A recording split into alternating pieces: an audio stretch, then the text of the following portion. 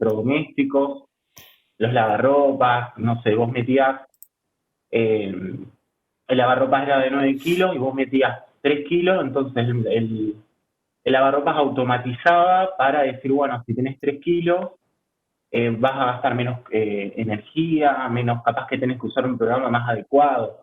O sea, en esas cuestiones de la automatización y para facilitar los trabajos y acortar los tiempos, más que nada. Y bueno, y también lo que es la automatización de, es eso, con Alexa, Google Home, después el HomeKit de Apple, que tratan de generar un ecosistema inteligente que se adecua a las necesidades que uno tiene con solamente pedirlo. Qué sé yo, también existe la cuestión de lo que son las escenas. Eh, yo digo, bueno, si el sensor viste que yo entré a mi casa, ya sabe que tengo a tal hora que prender la luz del living o, no sé, climatizar el ambiente o, no sé, prender algún electrodoméstico, todo eso como el Internet de las cosas. Bien. Sí. Sí, un poco de eso está desde prácticamente desde el año 2000. Yo fui a una exposición donde presentaban las casas inteligentes y House, y era un software que regulaba esas cosas hace 20 años atrás. Y, y un poco uno lo veía hace 20 años atrás como una cosa, no, es imposible, ¿de qué estamos hablando, viste? Y bueno, y el año pasado comentaba Gustavo Pagani que estaba yendo a otra dirección, ¿no? Y como era fuera del circuito normal, el teléfono le empezó a dar una alerta, ¿no? Y permanente porque se estaba apartando del circuito que hacía todos los días, ¿no? Entonces, digo, ¿viste? Y si esa alarma después despierta, digo, otra cuestión de seguridad y así sucesivamente, ¿no? Entonces, bueno, uno piensa mucho en la vulnerabilidad de los espacios. Fíjense hasta, por ejemplo, hasta febrero del año pasado, ¿quién iba a pensar en unos módulos de asistencia? Bueno, sí, teníamos módulos, desarrollábamos por ahí módulos de asistencia en algún concurso para grandes tragedias, ¿no? Pero fíjense que hasta la educación, digo, perdón, la educación, la arquitectura, digo, relacionada a la educación y a la sanidad ha cambiado en estos meses, pero ya deja de pensar las aulas como era hasta febrero, y ni hablar del tema de la sanidad, Mm. ¿no? Sí. Entonces, va fluctuando esto mucho. Esta pandemia me parece que a todos nos hizo reflexionar muchísimo, ¿no? Y ni hablar de la vivienda social y de los espacios, ¿no? Sí. No Bueno, sé, sí, no sí, me Marce. levanté muy bien. ¿Eh? Que no me levanté muy bien hoy, me parece, ¿no? Bueno, Pero digo, es así, digo, realmente uno escucha hablar de cognificación, de inteligencia artificial, ¿viste? De inteligencia unidimensional, y decís, wow, mm. vamos a ver cómo manejamos todo esto. Bueno, nos gustaría escuchar alguna opinión más respecto a lo que vimos, algún comentario, una crítica. Digo, ¿Se escucha? sí, sí, perfecto, sí. Sí, no, yo no capaz el tema de un poco la crítica es lo que mencionan ahí, el tema de que divide más al mundo, sea por cuestiones capitalistas, lo que fuese, eh, dado de que desde que se inventó Internet hasta hoy en día se nota esa diferencia entre los países que tienen acceso y los que no.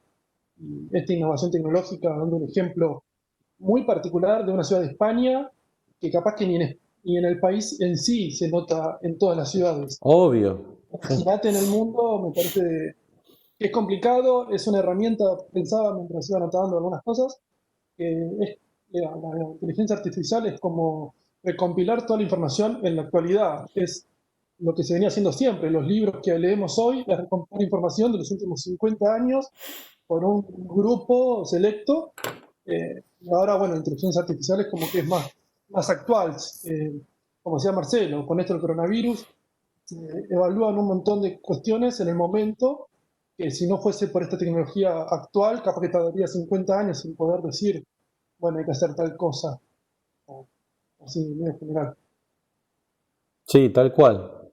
Pareciera ser que en realidad, o por lo menos en mi caso, yo podría decir rápidamente lo que yo opino. Yo creo que acá lo que está en juego es la toma de decisión. A mí me parece bárbaro que se reúne información y cuanta más mejor.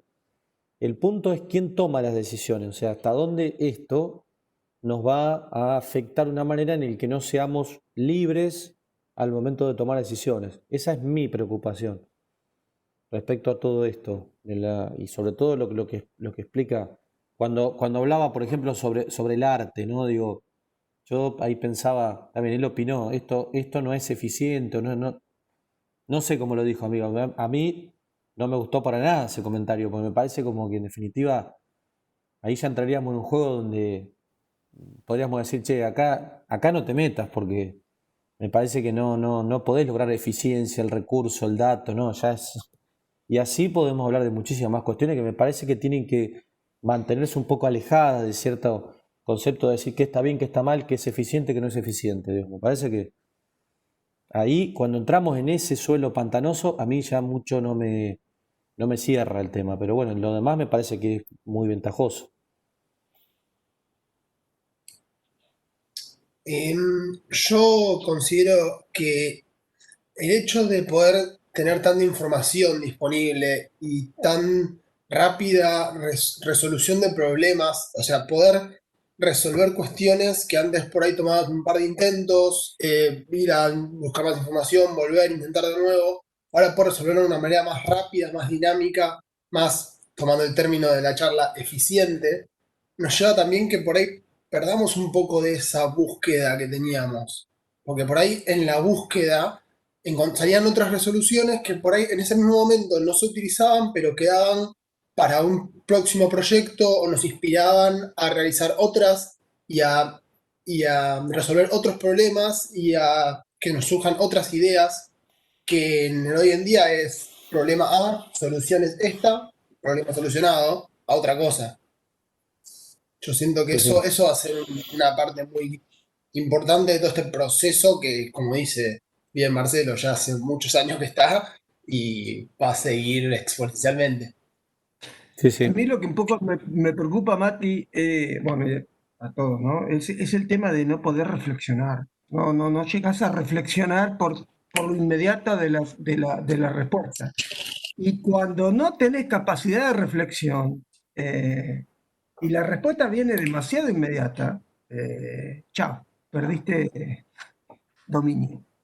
Entonces, siempre me pasó, digo algo, yo no pude aprender a manejar bien hasta que no conocí cómo funcionaba un auto, porque me parecía que, bueno, empecé con un Citroën, menos mal, ¿no? Porque si hubiera empezado, digo, hubiera sido imposible. Digo, hasta que vinieron los ordenadores, ¿viste?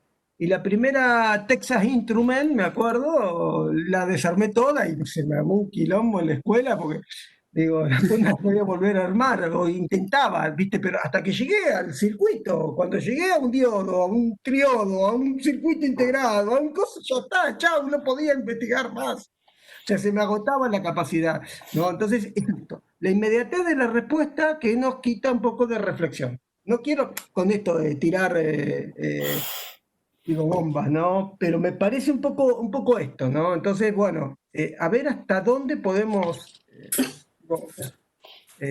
ser artífices, ¿no? De un poco de nuestra capacidad investigativa. Sí, pero como para mantener un orden, digo, vamos a poner las cosas ordenadas como venimos hasta ahora. Nosotros empezamos el curso, empezamos hablando de generalidades conceptuales que están terminando en esta reflexión que están teniendo ustedes. Empezando viendo cuestiones que cuál es el significado de la tecnología, cómo es la implicación de la innovación tecnológica a nivel urbano, cómo es la introducción del diseño computarizado hasta ahora, el tratamiento respecto de ese material, y van apareciendo soluciones. Y estas inquietudes que están demostradas a través de lo que están manifestando ustedes, piensen que todo avance tecnológico, en definitiva, termina siendo una herramienta en realidad. ¿Facilita las cosas? Claro que sí, la está facilitando. La preocupación es que cuánto vos dejás de pensar porque ya no lo necesitas porque hay una cuestión artificial que lo está haciendo por vos. Pero no pierdan de vista este punto, es que la creatividad probablemente va a ser muy difícil de suplantar, porque incluso lo que se diseña a través de manera artificial va a necesitar previamente que haya alguien que le ordene esos datos. Por lo tanto, digo, estas cuestiones tecnológicas están bien planteadas, pero me parece que en algún momento pueden fallar donde uno le quiera aplicar alguna cuestión nueva. ¿Por qué? Porque están diseñados de una cierta manera. Entonces vos decís, no, mira, yo en realidad quería esto. Y dicen, no, mira, esto está pensado para que se desarrolle dentro de estas lógicas. Donde vos me propones algo nuevo, se viene abajo, tiene que existir otra cuestión. Entonces. Esto para establecer un poco de ordenamiento, hacia dónde estamos yendo hasta este momento en particular donde ustedes están opinando sobre este tema. Lo cual está bien que tengan estas reflexiones, pero digo, para mantener un orden y que no nos perdamos, digo, en un montón de cuestiones que no se concatenen cuando en realidad sí. Tal cual. Sí, estoy de acuerdo. Y es más, eso termina con el concepto de la charla que decía que, creo que era el punto 3, que teníamos que trabajar con la inteligencia artificial en este caso y no competir contra ella, ya que la inteligencia artificial es una herramienta para que nosotros podamos utilizar. Claro. De acuerdo. Buenas, Sí, sí. Tal cual, está tal buena cual. Sí, la hola. charla. Cómo funcionó como disparador la charla esa de TED. A mí siempre me surge la duda, la reflexión en torno a cuando se presentan nuevas situaciones o nuevos modelos de producción que impliquen mayor cantidad de insumos o una dificultad mayor para contar con los insumos necesarios. Esto no va en detrimento de la inteligencia artificial, pero digo, cuando vi el caso, el ejemplo de Alemania, está buenísima la búsqueda de que la estructura soporte sea el cerramiento, me parece una experiencia, o sea, como conceptualmente me parece buenísimo. Lo que digo es, nosotros, Argentina, tenemos esos recursos, o la inteligencia que nosotros tenemos que construir tiene que ver, no sé, siempre a mí me gusta mucho Murkut, el australiano, que él, por ejemplo, sigue la huella de carbón. Y hay veces que otras estrategias de diseño implican después en la construcción necesariamente mucho más recursos. Cuando uno lo ve finalizado dice, bueno, qué eficiente o qué sintético, pero por ahí el proceso terminó siendo un proceso más de tecnología de insumo, un proceso de tecnología, ¿cómo sería? De insumos de tecnología de proceso, en vez de insumos. Y me parece que ahí está un poco la clave, como que el desafío, me parece que va por ahí. Pasa no solo en el campo, bueno, hay tecnología de insumo y hay procesos que son mucho más inteligentes y requieren menos recursos. No sé si se entiende lo que digo, pero Sí, sí. Lucio, mirá, y también, por último, todos estos sistemas de inteligencia artificial y cómo se miden el urbanismo en las ciudades, cómo funcionan, hace falta más inversión en transporte público o mejorar las rutas. Bueno, depende cómo se codifique la información, por ejemplo, de cuántos viajes hay en auto en una ciudad, eso va a llevar a una conclusión o a otra, porque por ahí hay un montón de viajes en auto, entonces la conclusión es hay que hacer más calles o más avenidas, pero después cuando mirás, capaz que, voy a decir un número que no es real, el 20% de la población usa auto privado, el 80% usa el transporte público. Y a vos por ahí el dato te dice hay que hacer más calles, y por ahí lo que hay que hacer es otra cosa. Digo esto vinculado con la inteligencia artificial también. Sí, sí. Bueno, cómo se ordena la información también va a terminar dando una respuesta, no va a ser una sola, dependiendo de cómo se analice la información. Sí, tal cual. exacto. Yo, me Yo lo que parece. le quería decir era, un poco en respuesta a lo primero que habías dicho, me parece que el camino pasa por dos cuestiones que están ligadas, que tienen que ver con una generalidad y con otra más particular. La generalidad tiene que ver con que esperemos, o siempre esperaremos, de que haya un impulso estatal, y cuando digo estatal nos incluimos a todos, para favorecer un desarrollo tecnológico científico propio. en consecuencia, como eso y como desarrollo particular, como inquietud, me parece que uno lo que puede hacer, innovar, es entendiendo el contexto sin tratar de depender de la existencia, no negándola. O sea, ¿por qué? Porque es cuestión de tiempo. Lo que hoy vemos como avanzada tecnológica en otros países, probablemente tarde o temprano llegue acá, como suele llegar. ¿Cuánto se adapta a eso? ¿Cuánto esa proposición tecnológica viene de manera neutra o viene con algún componente que termina modificando cuestiones culturales propias? Como ya ha pasado, ¿no? Con los teléfonos, que uno introduce hasta cambios en el idioma. Yo no estoy planteando con esto que sea algo negativo o que sea algo positivo, es algo que es simplemente y que está puesto a juicio de valor de cualquier persona. Pero creo que el camino es buscar entendiendo el contexto propio, ¿no? ¿Qué entendemos nosotros con nuestros recursos que se puede hacer? ¿Qué entendemos entendiéndonos culturalmente a nosotros? O sea, ¿qué queremos nosotros? ¿Qué nos gusta? ¿Qué tenemos? Me parece que la respuesta pasa por ahí y no tanto, viste, la cuestión de dependencia. Que fue un poco lo que planteaste vos. Y con respecto al otro, tiene que ver justamente con equilibrio. ¿Qué, ¿Cómo dar respuesta a algo? Potencialmente, por ejemplo, en el ejemplo que pusiste vos con el transporte, siempre se supone que el transporte público sería lo más eficiente porque logra menos transporte individual, lo cual generaría otro tipo mayores de impacto. Pero claro, volvemos a lo mismo, contextualmente a ver cómo es. ¿Se necesita inversiones? ¿Qué tipo de cuestiones se tienen que hacer? ¿Qué es lo que hay que priorizar? ¿Hay que mejorar la calidad del transporte público o hay que mejorar la cuestión de vías? Como decías vos.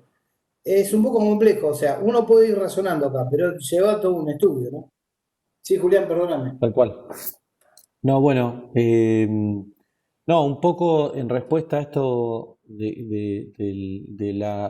esta cuestión de lo local y lo global y lo regional, nosotros el trabajo que hacemos, que les pedimos durante el curso, que lo vamos a ir haciendo, lo vamos a ir acompañando en ese desarrollo, tiene que ver con el ámbito local. O sea, ahí sí nos remitimos a que ustedes puedan, digamos, todo lo que vamos viendo en el curso lo van a volcar en una determinada región de nuestro país. O sea que esto que decís para nosotros es fundamental, tener una mirada hacia lo nuestro, hacia lo vernáculo. Lo que pasa es que, lo digo en un sentido de que hay muchos cursos que tratan de negar una cosa a la otra. Digo, aparecen cursos donde hablan de tecnología de punta y niegan la realidad actual y lo local. Y después tenés cursos que hablan de lo vernáculo 100% y niegan lo que está pasando en el resto del globo. Entonces, me parece que no es ni una cosa ni la otra. Me parece que nosotros como arquitectos tenemos que tener una mirada de ver qué pasa en el mundo y qué nos pasa a nosotros.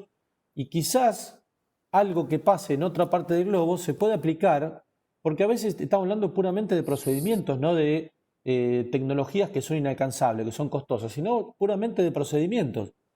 Entonces eso sí lo podríamos aplicar sobre una arquitectura vernácula que se desarrolla en el norte argentino con un procedimiento desarrollado en eficiencia energética en países nórdicos. ¿Y por qué no? Si seguimos utilizando el mismo material, el barro, la caña, todo lo que quieras utilizar. Entonces, me parece que ahí hay que tener un poco de... por eso me pareció buena tu acotación, Lucio, porque digo, un poco como que nos entra en ese tema. Así que, no sé, si te parece, Jorge, largamos con la segunda parte de la charla. Si alguno Dale. tiene algún comentario más, si no, bueno, arranquemos y después también hacia el final podemos seguir conversando. Voy a compartir pantalla, ¿sí?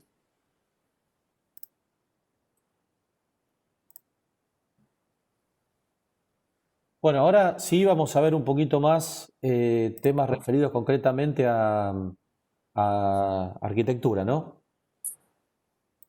Dígame si se ve la pantalla completa ahí. ¿Se está viendo? Sí, sí. Bueno, bárbaro. Bueno, sí, puntualmente vamos a tratar de introducirnos en esta temática, ¿no? Jorge, ¿querés explicarlo vos esto? Que andás muy bien para explicar esta trilogía. Ah, No sabía, Julián, que te iba a tener que. Bueno, está bien, está bien, está bien, no hay problema. Desarrollo sostenible y en relación al diseño de la arquitectura. Más puntualmente, aclarar el tema del concepto de desarrollo sostenible respecto de esto. Nosotros ya es un tema que lo venimos tratando en el grado, ¿no? Y volver a tratar de repetir por ahí las mismas definiciones no viene mal porque uno en realidad se reapoya en esas cuestiones, pero me parece que le podemos dar un poquito más de profundidad hoy por hoy. Cuando hablamos de desarrollo sostenible, lo que estamos hablando en definitiva es lograr un desarrollo equilibrado. ¿Equilibrado entre qué? Entre las cuestiones que son meramente a nivel sociedad, tanto en plano socioeconómico como personal, con lo que es el medio ambiente. Ahora, tratemos de desmenuzar un poquito lo que es el concepto, porque en definitiva estamos hablando de dos cuestiones en particular. Por un lado hablamos de desarrollo y por el otro lado hablamos de sostenible. Digo, ¿cómo hacemos para amalgamar estas dos cuestiones que están en juego, digo, cuando uno habla de eso? El desarrollo, cuando uno entiende puntualmente hablar de desarrollo, lo que estamos haciendo es hablar de cambios progresivos, cambios direccionales, que son fundamentalmente cualitativos, no son cuantitativos, y que consideran al crecimiento como un aumento, un aumento de diversos tipos de cuestiones, ¿no? Ahora, podemos interpretar entonces como desarrollo como un despliegue cualitativo de las potencialidades que tiene, a nivel sociedad por sobre todo. Mientras que cuando hablamos de sostenibilidad, se habla de considerar algo que permanece en el tiempo, es decir, una situación que permanezca en el tiempo. Por lo tanto, tratar de conciliar desarrollo con sostenibilidad o sustentabilidad implica un proceso de cambio, pero de mejoramiento de la calidad de vida, y no entendiendo esto solamente la calidad de vida a nivel humano, sino la calidad de vida del sistema, del ambiente y del ecosistema, para lo cual debe mantenerse en el tiempo y se produce a través, o esa es la fórmula que ha tratado de dar la definición, porque así fue elaborado, de a través de estos tres pilares que son lo medioambiental, lo socioeconómico, perdón, lo económico y lo social. Sí, Julián. Bien. No, yo te pedí que lo expliques porque me parece que lo haces muy bien, Jorge, por eso te lo pedí. No, está bien, pero yo digo, me parece que había que aunar un poquito, ¿no? Hablar, Sí, porque uno sí. habla de desarrollo Aparte, sostenible y cree que es un concepto único, cuando en realidad desarrollo es una búsqueda constante de algo que tenienda al mejoramiento, pero parece que se contradice con lo otro, porque la sostenibilidad es tratar de mantener algo en el tiempo. sí, Entonces, totalmente, es un totalmente. desarrollo en realidad para tratar de mantener una cuestión equilibrada. Totalmente. Esta cuestión del equilibrio es fundamental. Bueno, esta Sí. imagen a mí siempre me gustó, fue una definición, es un mapa mundial energético que lo desarrolló Mr. Fuller, que creo que todos lo deben conocer. Y él lo que hizo fue un mapa, ¿no?, donde habla de los países más industrializados y de los menos industrializados y sobre el consumo energético a nivel mundial. Y es un mapa muy interesante porque se puede ver que justamente esta cuestión de la distribución, ¿no?, de la energía, el consumo básicamente y los recursos, no está determinado, por ejemplo, por ninguna cuestión demográfica, y sí por una cuestión de países más industrializados y los menos industrializados, ¿no? Una relación que él determina y que todavía hoy más o menos se mantiene, porque esto prácticamente tiene casi medio siglo, este mapa energético, ¿no?, que el 75% de la energía es consumida por el 25% de la población mundial en los países más industrializados, y en otros casos, ¿no?, apenas un cuarto, el 25% de la energía es consumido por 3/4 de esa población mundial. O sea que este mapa lo que muestra es esa gran desigualdad, ¿no?, en definitiva, sobre los recursos. Y este es otro muy interesante que muestra la distribución de la energía por tipo, por persona en promedio y por regiones, ¿no?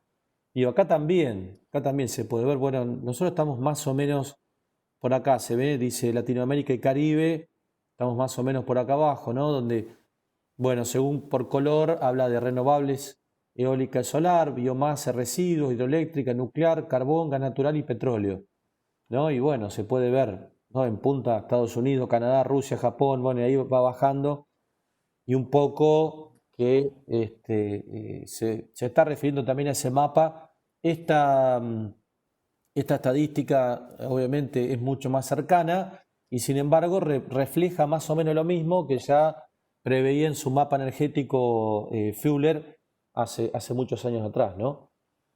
Bueno, la producción de espacios habitables, ¿sí? Sabemos que a nivel mundial explota el 50% de los recursos disponibles y el 35% de las emisiones de CO2, ¿sí?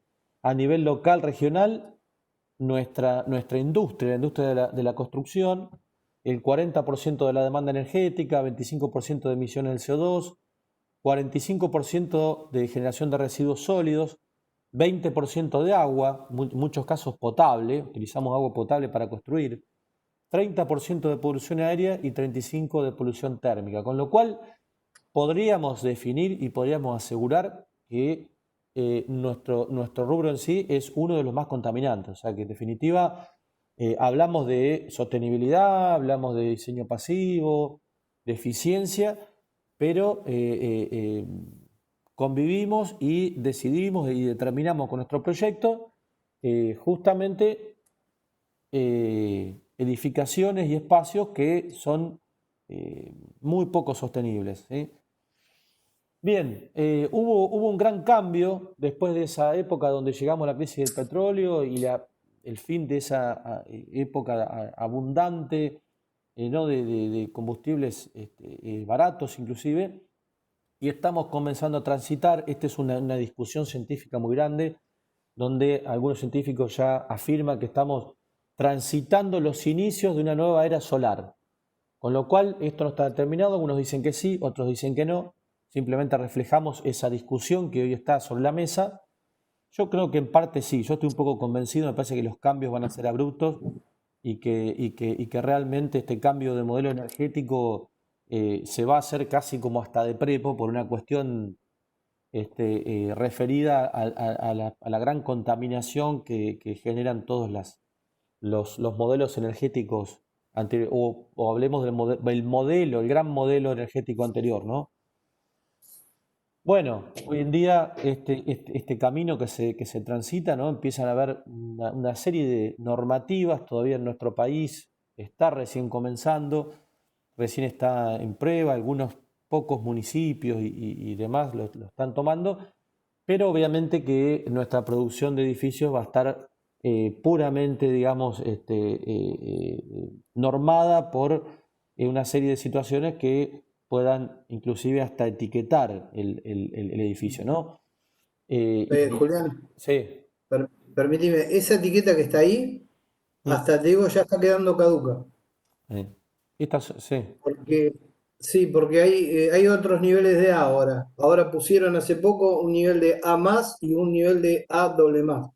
O sea que se va elaborando cada vez tendiendo a mayor eficiencia, ¿viste? Ya lo que es el G, que está pidiendo como mínimo que sea un consumo de 300 watt hora por metro cuadrado al año, ya está quedando como ineficiente también.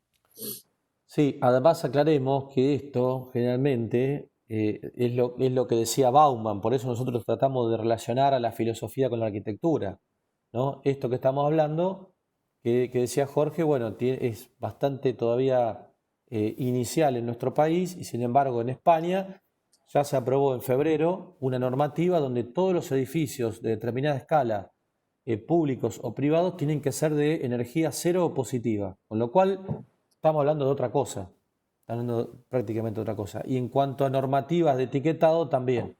Y si vamos a Italia aparecen otras, o sea, aparecen similitudes, pero no podemos hablar de una regla mundial. Es un poco lo que decía Bauman, ¿no? Más, cruzamos el charco, nos vamos a Uruguay o nos vamos a Chile y resulta que nos encontramos con normativas diferentes. Entonces, bueno, ahí aparece una dicotomía, un problema, ¿no? Bueno, ciertos marcos regulatorios, algunos a nivel mundial, algunos a nivel nacional, ¿sí? Que en definitiva son importantes conocerlos.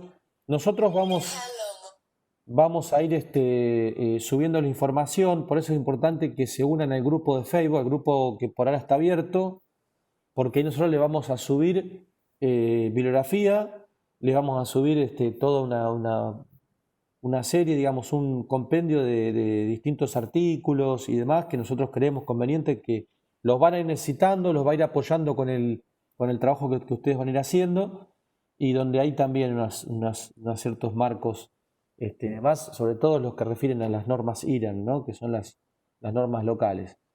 Bien, esta crisis energética desemboca en una crisis ecológica y bueno, o sea que la arquitectura en definitiva afronta un nuevo entorno que podríamos decir que energéticamente es mucho menos intenso. O sea que vamos a tener que proyectar y diseñar edificios, ¿sí? Contemplando esta cuestión de no solamente el consumo energético del edificio en su uso y en el mantenimiento, sino también en la producción del edificio, ¿sí?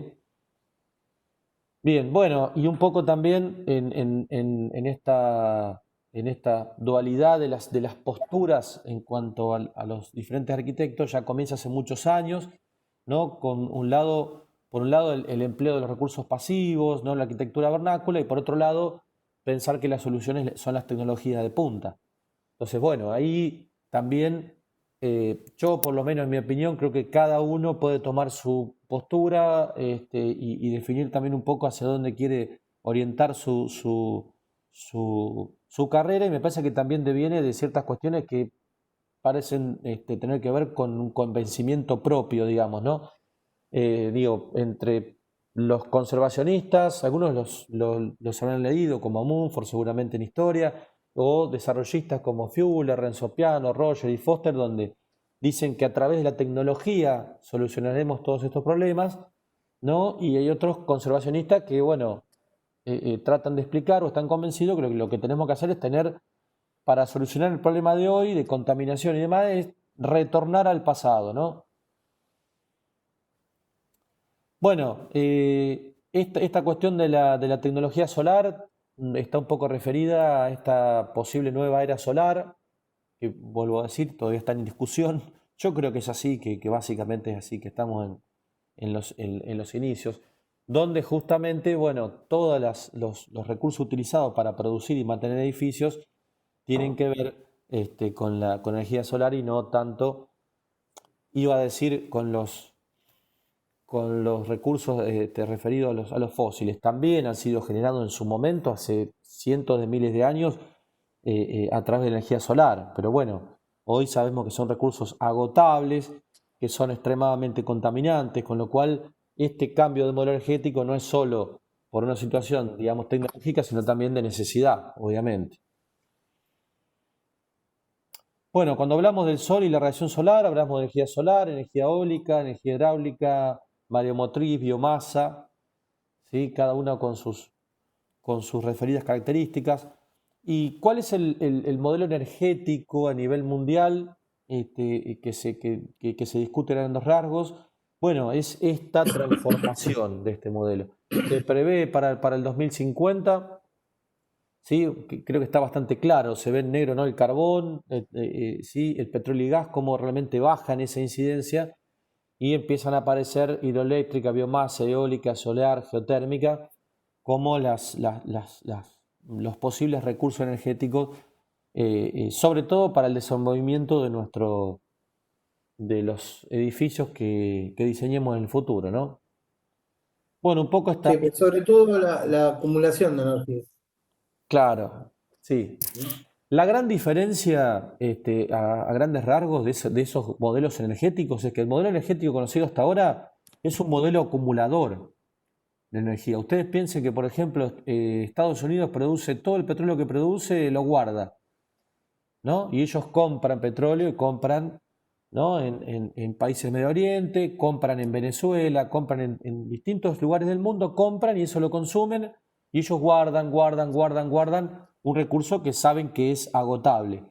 Con lo cual, digamos, se genera acumulación, y todos estos desbarajustes que vemos en la economía, que no vamos a entrar en ese tema porque no somos especialistas, pero vemos que realmente es drástico, ¿no? Porque sube el petróleo, sube en Medio Oriente y nos sube acá mañana cuando vamos a cargar combustible. Entonces, realmente nos afecta, sin opinar del tema porque no entendemos en profundidad, pero que nos afecta, nos afecta. Entonces, mañana vamos a comprar acero para una obra y resulta que aumenta un 15% porque aumentó el petróleo, aumentó el recurso, aumentó el dólar y en nuestra obra resulta que tiene un costo mayor por un montón de, digamos, de factores que, bueno, no son ni siquiera locales, ¿eh?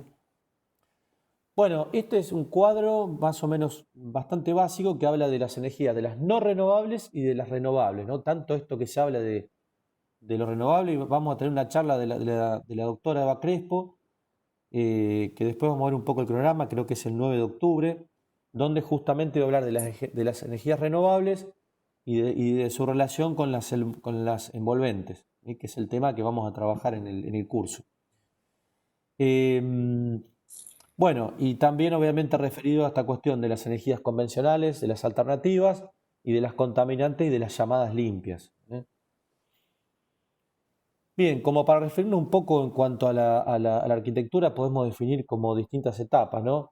Previo a la segunda revolución industrial, ¿sí? Utilización de fuentes de energía renovables. Hablamos previo a la revolución industrial y previo al uso de o a este modelo energético que recién acabamos de describir, ¿no?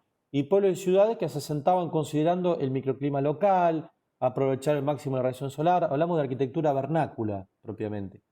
Después podemos determinar el inicio de una segunda gran etapa con la utilización de fuentes de energías no renovables, la utilización de combustibles fósiles agotables, el avance de las tecnologías duras y los daños ambientales. Y podríamos definir hoy, como para tener un parámetro general, esta nueva era solar, entre comillas, una tercera revolución industrial, utilización de fuentes de energía renovables que generen ahorro, utilización de fuentes limpias, ¿no? de energías limpias, inagotables, avance de tecnologías blandas, ecológicas, la inteligencia artificial y la robótica, entre comillas, con sus cuestiones positivas, y el respeto al medio ambiente, ¿no? Lo digo un poco entre comillas lo de la inteligencia artificial y robótica porque creo que todavía tenemos dudas, ¿no? de las ventajas y las desventajas, así que bueno, dejémoslo ahí un poco en el tintero. Una definición muy interesante de Albert Cucci, de Sociedad Orgánica en España, que dice que en cuanto a la sustentabilidad es importante comprender que el sistema industrial, soporte de nuestro modelo económico, es un productor de residuos, basado en la concepción económica de los siglos XIX y XX, que consideraban que la matriz biofísica era ajena a los procesos económicos, hasta el punto que algunos de sus componentes productivamente esenciales, como el agua, el suelo, el clima, entre otros, eran bienes libres y relevantes, y que eran inagotables. Bajo esa premisa, la industria realiza un bombeo sistemático de materiales desde la litósfera hacia la superficie terrestre. Un bombeo en continuo aumento para satisfacer el aumento de demanda de producción que exige su promesa de progreso y su extensión a una creciente humanidad, el cual ha generado buena parte de los problemas ambientales que ahora reconocemos. Me parece una descripción muy inteligente de la problemática actual, ¿no? Bueno, estas diapos, ¿continúas vos, Jorge? Dale. Avísame Déjame cuando aclarar paso. una cosa. Sí, déjame aclarar una cosa antes, porque ya lo estoy viendo acá, de la relación entre lo que es el diseño arquitectónico con la sustentabilidad.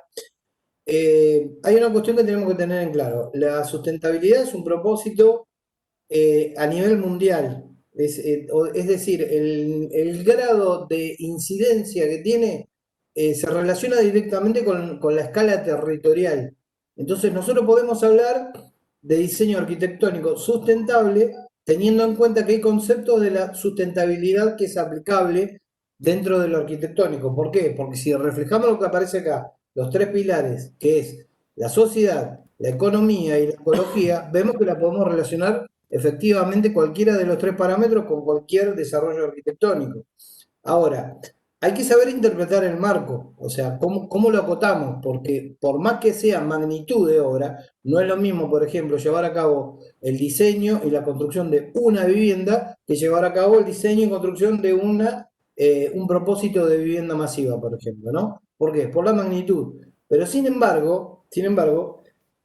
lo que tenemos que tener que presente, que cuando hablamos de diseño arquitectónico respecto de la sustentabilidad, es lo que tenemos que lograr es la compatibilidad ambiental. Eso es por ahí lo más Sí, preciso tener en cuenta como para acotar el marco, ¿no? El bien. grado de compatibilidad ambiental que uno desarrolla, la arquitectura, con todo lo que implica la sustentabilidad. En términos generales, está escrito ahí el concepto, que es que en definitiva lo que busca es la consideración constante de estas tres variables que propone el diseño sustentable en el proceso de desarrollo de la arquitectura.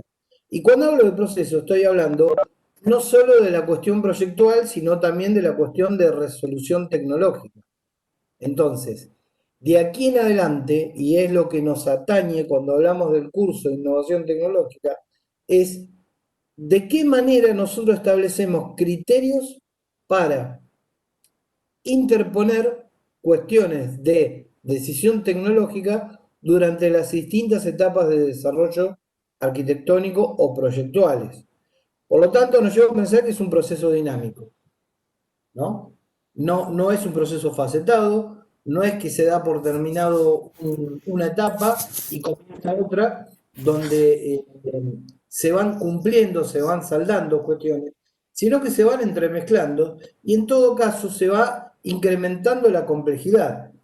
Pasando en limpio, ¿qué es lo que estoy diciendo? Que uno empieza a proyectar, pero también piensa o ya comienza a pensar en tecnología. Lo importante es con qué grado uno piensa en la tecnología en cada etapa del proceso. Pero lo que va a suceder, inevitablemente, es que haya un incremento de la complejidad, porque a medida que madura el proyecto, va a madurar la cuestión que tiene que ver con la tecnología. Vamos con la siguiente, Juli.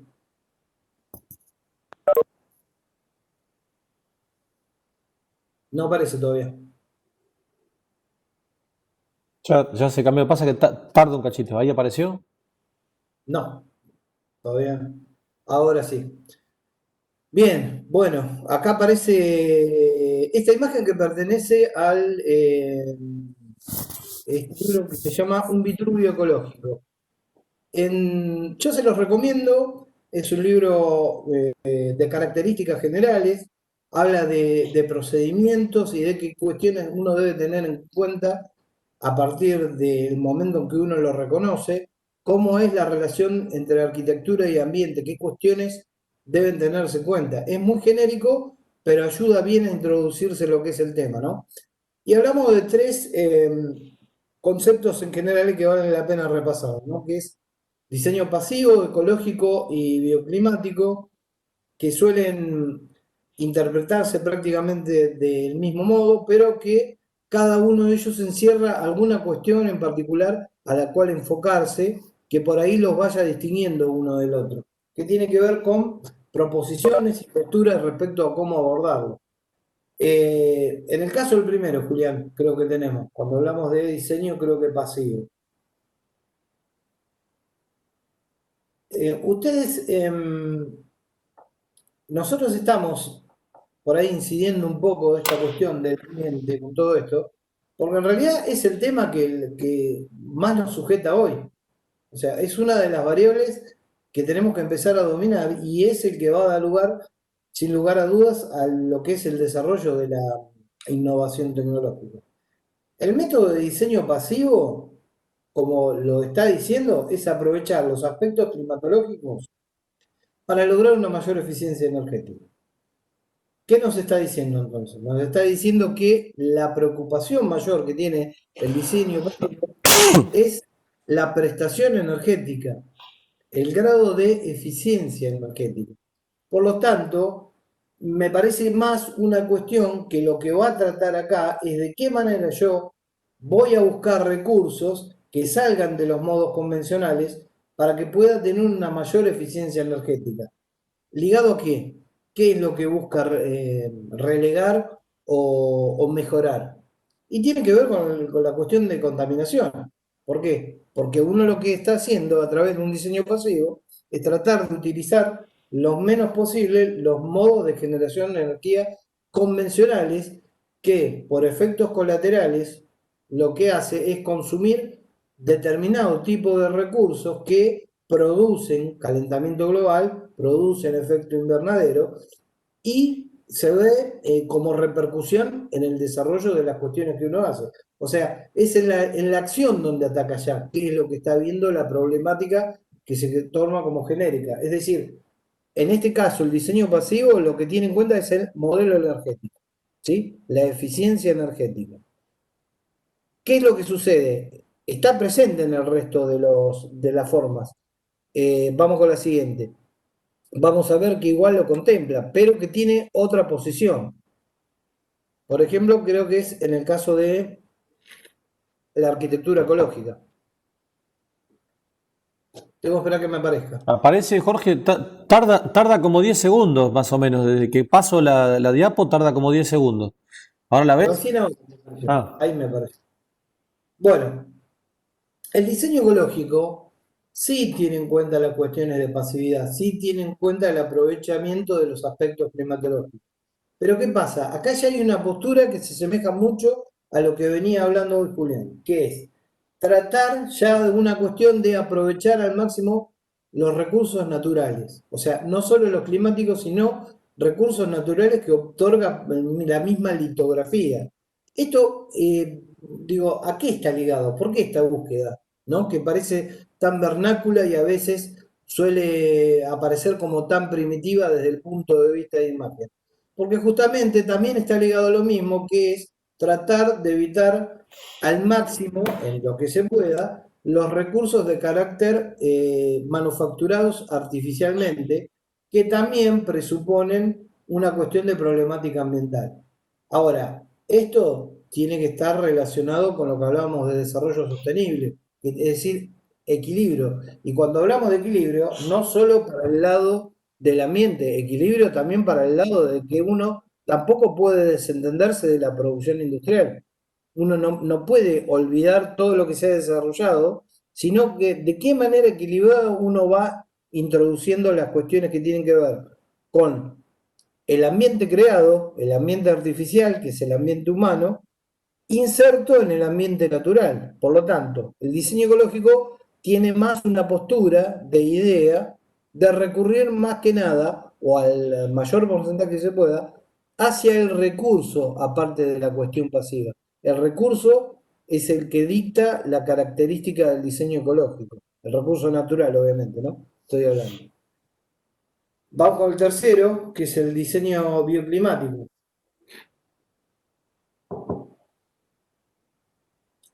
Esperame, todavía no me apareció. Acá está. El diseño bioclimático encierra un poco las cuestiones anteriores. La gran diferencia que tiene con los anteriores es que involucra un plan. Acá ya hay, podríamos decir, en términos conceptuales, hay una postura de procedimiento científico en todas las cuestiones. Procedimiento científico en entender el medio ambiente, en el procesamiento y en las hipótesis y en las conclusiones de la información y posterior diagnóstico. La elaboración, aquí dice programa, pero yo creo que se falta un paso, que en realidad es la elaboración del plan. ¿Por qué? Porque programas podemos tener muchos. Nosotros podemos tener programas constructivos, pero también tenemos que tener programas de instalaciones, programas de cómo intervenir potenciando las calidades del medio ambiente, por ejemplo, reforestación, por decir algo. Y recién ahí pasamos a la cuestión de detalle, que es donde uno establece medidas. ¿De qué medida o mediante qué medidas yo voy a dar cumplimiento a ese programa para finalmente establecer el proyecto? Es decir, todo lo que está a la izquierda de la pantalla, medio ambiente, información, diagnóstico, tiene que ver con una etapa previa, una etapa de análisis, de elaboración del conocimiento. Por eso hablábamos del carácter científico y metodológico que tiene esto. Mientras que programa, detalle y proyecto ya son las acciones. Pero no son acciones que repercuten sobre lo que vimos anteriormente, sino que contempla lo anterior. Ahí está la cuestión principal. ¿Por qué? Porque con nosotros, de la manera que venimos tratando las actividades proyectuales y constructivas al día de hoy, es que nosotros elaboramos en base a los conocimientos que hemos adquirido. Pero lo que no teníamos en cuenta bien es de qué manera nosotros estábamos teniendo repercusiones sobre el espacio. Entonces, el diseño bioclimático lo que implica justamente es esto, es involucrar a los efectos como un paso anterior.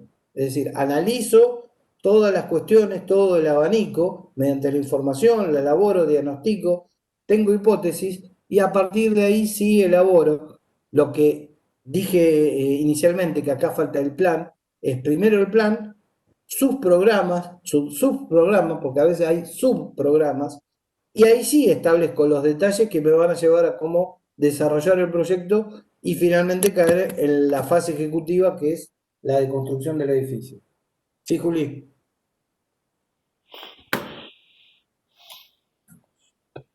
4, 5, 6, 7, 8, 9. Ahí cambió. 9 segundos tarda. Consideraciones del medio natural. Esto es como si veíamos el movimiento circular que mostramos en la imagen anterior, tiene que ver con esa etapa previa, con esa parte, ¿no? Uno, digo, ahora empieza a desmenuzar el análisis, el estudio. ¿Qué cosas veo del medio natural? Lo que conozco.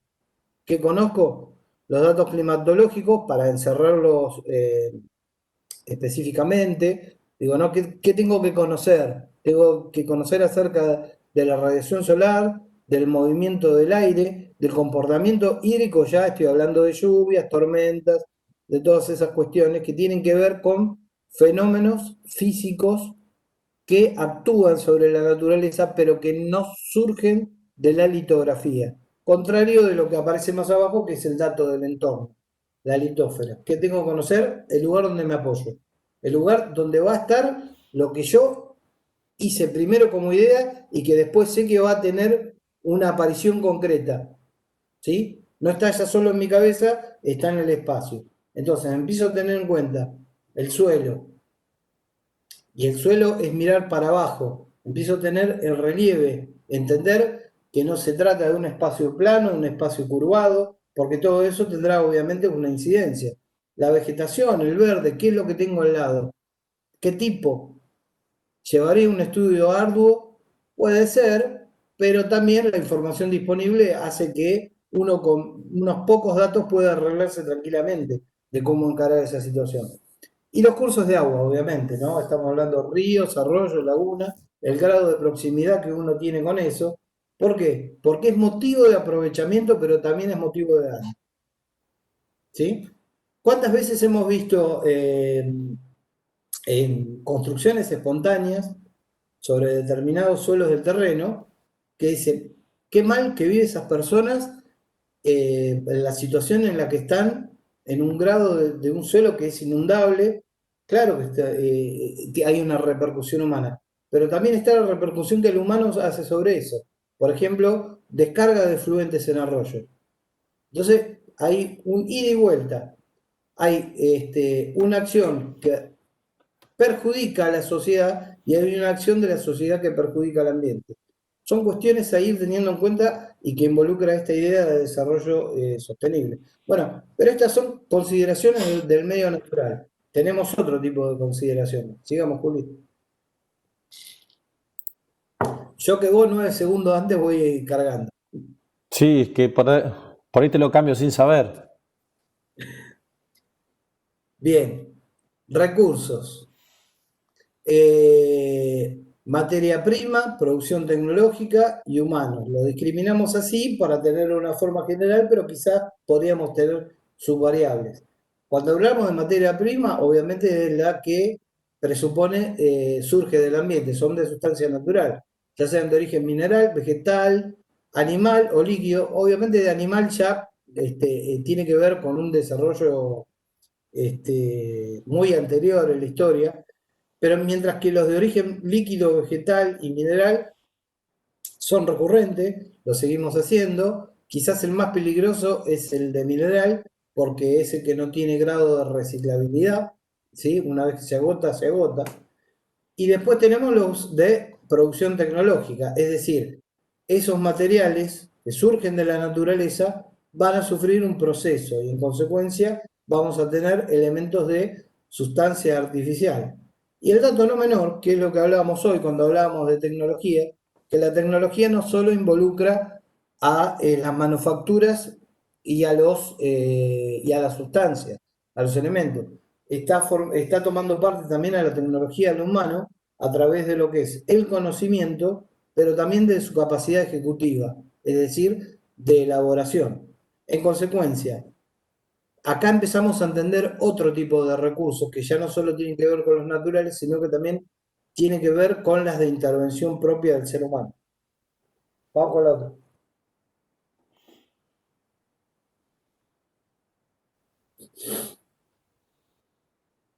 Muy importante tenerlo en cuenta esto. ¿Qué es lo que buscamos? Digo, debemos replicar esto y nos quedamos tranquilos porque sabíamos que si se actuaba de ese modo no había ningún problema con el ambiente, de hecho no lo hubo, pero es una referencia, como dice el título.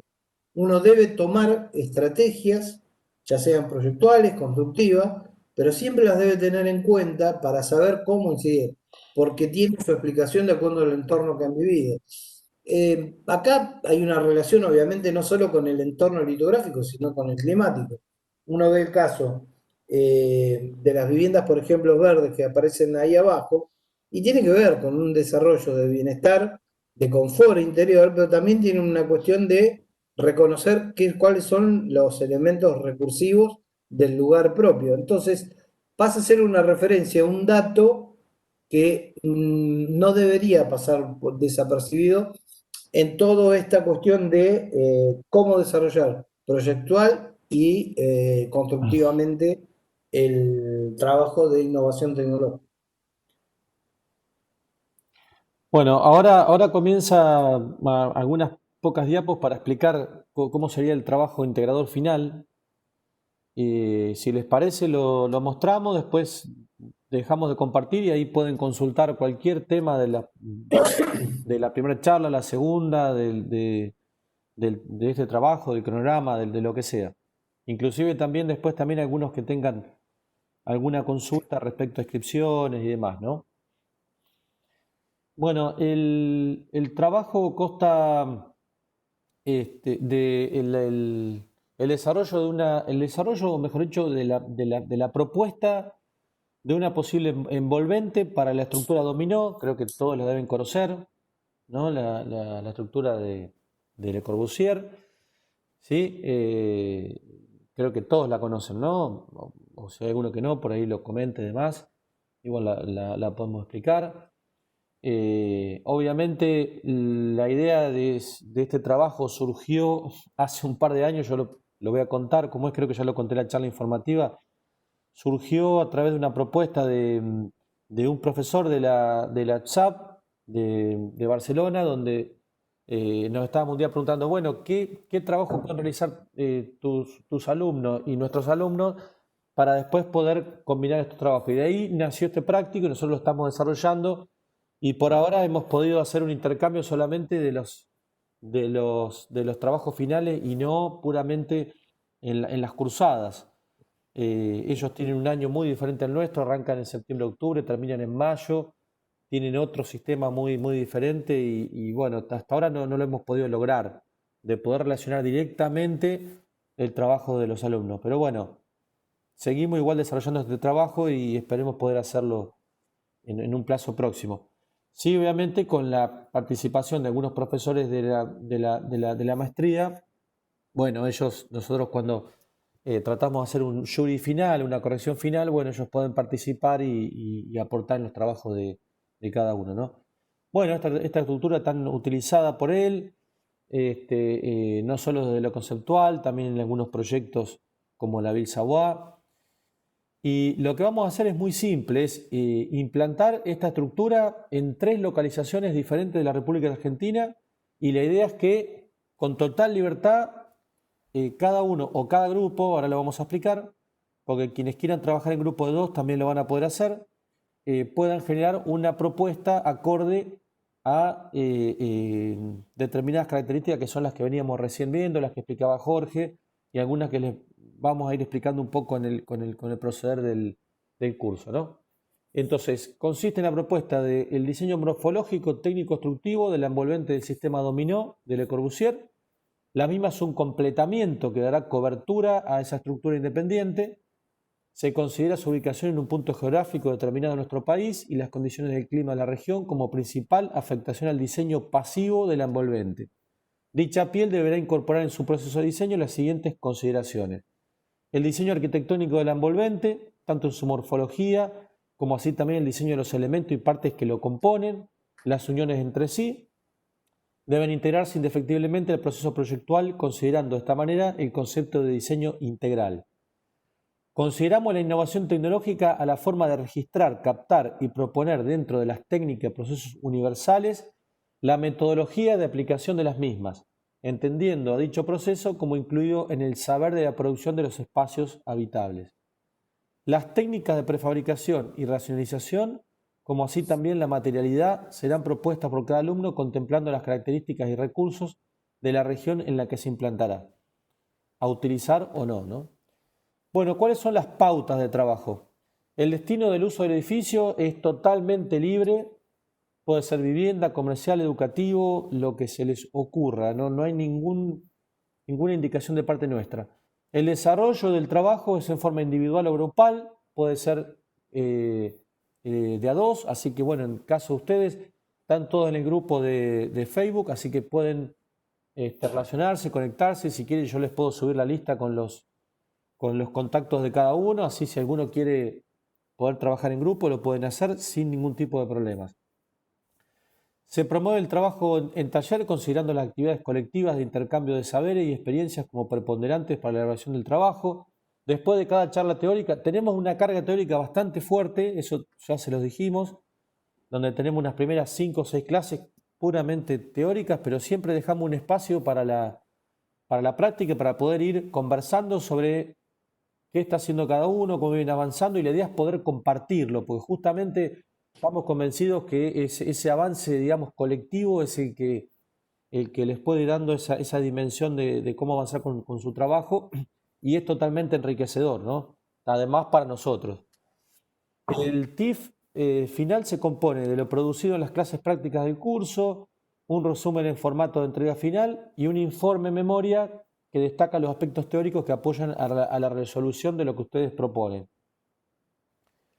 Bien, esto igual lo vamos a subir, además de que les vamos a subir las charlas grabadas, así que la van a tener también en el mismo grupo, les vamos a subir los links.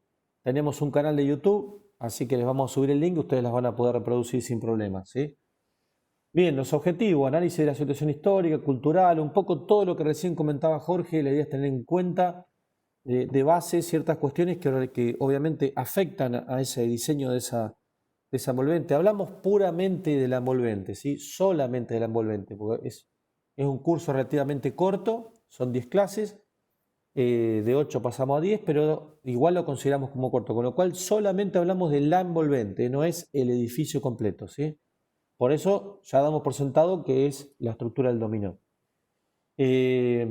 Incorporación de criterios y herramientas que aborden el proceso de diseño arquitectónico a través de la innovación tecnológica, las técnicas constructivas, ¿sí? Y su afectación a los aspectos del desarrollo sostenible, ¿sí?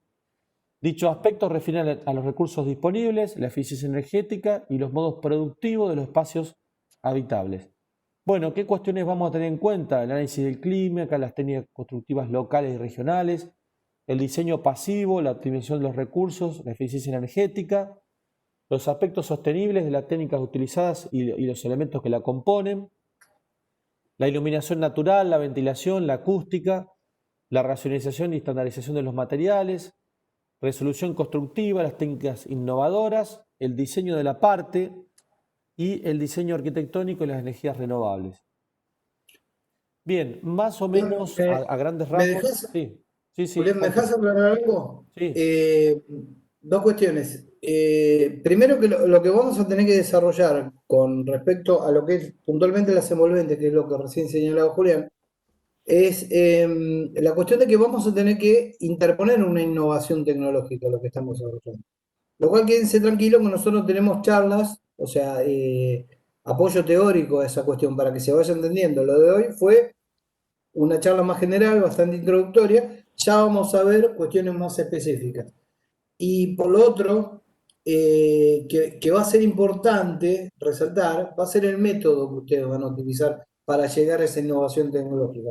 Lo cual, no se preocupen, no es una cuestión compleja, sino que uno a medida que va elaborando, va generando un método, va tomando criterios. ¿Sí? Nosotros los vamos a dar aportes teóricos, pero lo importante al final va a ser eso también, ¿no? No solo el resultado de lo que han hecho, sino cuál fue el nivel de, o mejor dicho, el camino que han ido siguiendo para llegar a ese resultado. Discúlpame. Sí, sí, bien. Bueno, la idea más o menos son 3 etapas. Primero una etapa de investigación e implantación, una segunda etapa más de desarrollo, que es a través de una propuesta, y una que es un corte de proceso y llegar a un detalle de lo elaborado. Obviamente nosotros vamos a ir avanzando con ustedes, y la idea es que todo el aporte teórico pueda enriquecer, digamos, lo que ustedes propongan. Esa libertad en cuanto a lo que proponen nos parece fundamental, porque de hecho un poco por ahí tiene que ver con la libertad tanto en cuanto a los materiales, a las técnicas, entender la situación del clima, el diseño pasivo y demás, con lo cual no les imponemos ningún tipo de limitante para que ustedes quieran proponer, y justamente porque la idea es tratar de que puedan generar innovación, ¿no? Bien, esta es una explicación que también se la vamos a subir un poco respecto a cómo es esa etapa 1, la etapa 2, ¿sí? y la etapa 3. Obviamente nos faltó modificar respecto a esas 3 etapas que estaban pensadas en 8 clases, ahora tenemos 10, con lo cual tenemos 2 clases más. Igual en carga horaria es similar, es la misma, porque de hecho teníamos clases de 4 horas y ahora pasamos a tener 3, ¿sí? Pero entendemos que esto de la virtualidad genera una cierta elaboración un poco más propia y autónoma, a veces que va a estar un poco más referida en lo que hagan ustedes, donde estén haciendo la cuarentena, y no tanto en el taller, pero vamos a tratar de generar ese taller virtual igual, de poder mostrar, intercambiar, conversar y demás. Digo, porque la idea es que el trabajo de uno es el trabajo de todos, esa es la realidad. Nos vamos a localizar en 3 puntos completamente diferentes. El punto A es Puerto Iguazú en Misiones, que es zona 1B, que es muy cálido, húmedo. El caso B, que es General Pico, La Pampa, que es zona 3A, que es un templado cálido seco, extremadamente seco.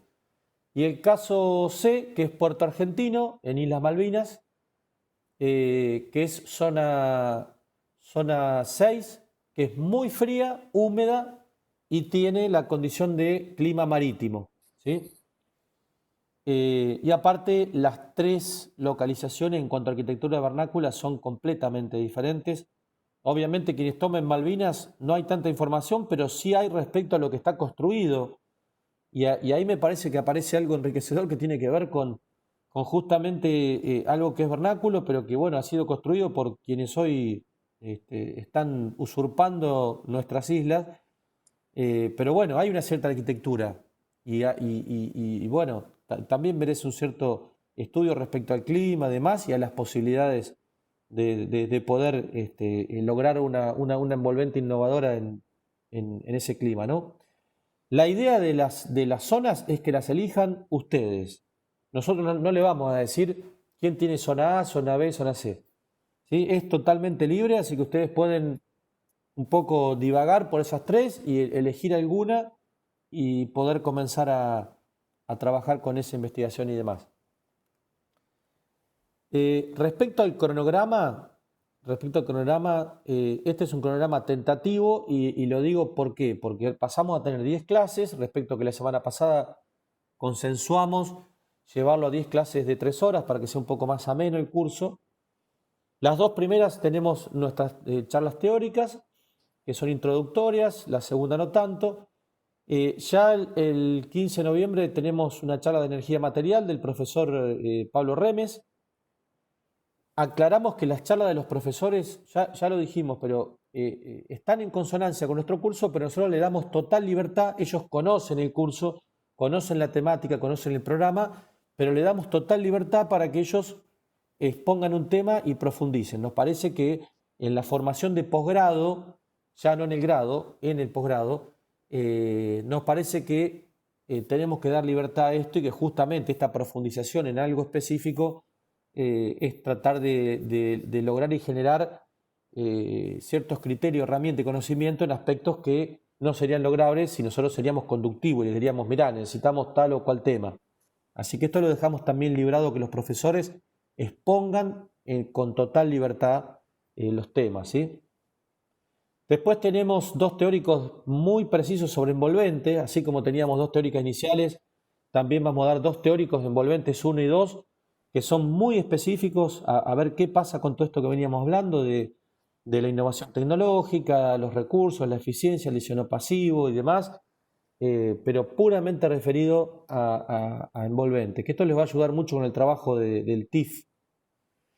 Después vienen las dos charlas desde Barcelona, la profesora arquitecta Eva Crespo, que va a dar sobre energías renovables y las envolventes. Seguramente será el viernes 9 a las 9 horas. Estas dos charlas no las vamos a poder tener los martes a este horario, van a tener que ser otros días. En este caso, esta profesora propuso este día, porque allá serían las 14 horas, acá son las 9 horas. Así que bueno, igual si hay un cambio lo podemos avisar, pero lo estamos avisando con tiempo que estas dos charlas es muy difícil traerlas a nuestro día y nuestro horario por una complicación de justamente diferencia horaria. La exposición del profesor Adrián Muros está todavía a confirmar. Y después, bueno, ya nos quedan 3 clases que nos vino muy bien alargar a 10 para dedicarlas puntualmente al TIF. Y ahí sí concentrarnos en todo lo que vimos en el curso y en lo que ustedes están trabajando. Esta diapo tiene que ver con si alguno todavía no se pudo escribir, tuvo inconvenientes, sé que es un poco burocrático el tema de la inscripción. Está en la página, se los copiamos también. Nos pueden consultar, pero nosotros la verdad que no tenemos forma de lograr o que se escriba más rápido o que les contesten el correo o que les manden la confirmación, así que esto nosotros no lo podemos resolver. Sí podemos resolver en el caso de los que fueron alumnos de la electiva, que les conseguimos esa media beca, y también para quienes son arquitectos ya recibidos, aunque no hayan cursado. Esto yo me enteré hoy, les soy sincero, me enteré hoy. Hay 5 becas que las da la facultad, las cuales fueron pedidas porque la universidad otorgó 100 becas para posgrado, algunas cayeron en arquitectura. En el caso de nuestro posgrado fueron pedidas por 5 personas que hoy no están. O sea que si no aparecen hoy la clase que viene, estas becas, por lo que entendí hoy, se pueden otorgar a otros alumnos. Así que vamos a verlo en la clase siguiente. Si no aparecen, se pueden volver a otorgar, pero la verdad lo tengo que checar porque me enteré hoy. Así que lamento esta desprolijidad, pero es una posibilidad que nos la deberían de haber informado, pero no fue así. Bueno, ¿cómo va a ser la conectividad entre docentes y alumnos? Tenemos el grupo de Facebook, les pido que se unan porque había 7, 8 nada más. Se terminan de unir, porque en el grupo vamos a levantar la bibliografía, vamos a levantar toda la información digamos, del curso, y además nos vamos a ir comunicando. Cualquier cambio, cualquier problema que pueda haber, lo vamos a ir subiendo al grupo. Tenemos la página del curso, que también solemos informar a veces algunas charlas que nos enteramos, inclusive de estos profes de Barcelona, que a veces hacen algunas jornadas, seminarios, y a veces son abiertos. Y bueno, los podemos informar para que ustedes lo puedan participar y demás. Nuestros correos institucionales, el mío, el de Jorge, para cualquier consulta. Y bueno, hasta acá Llegamos. Esperen que voy a detener la grabación.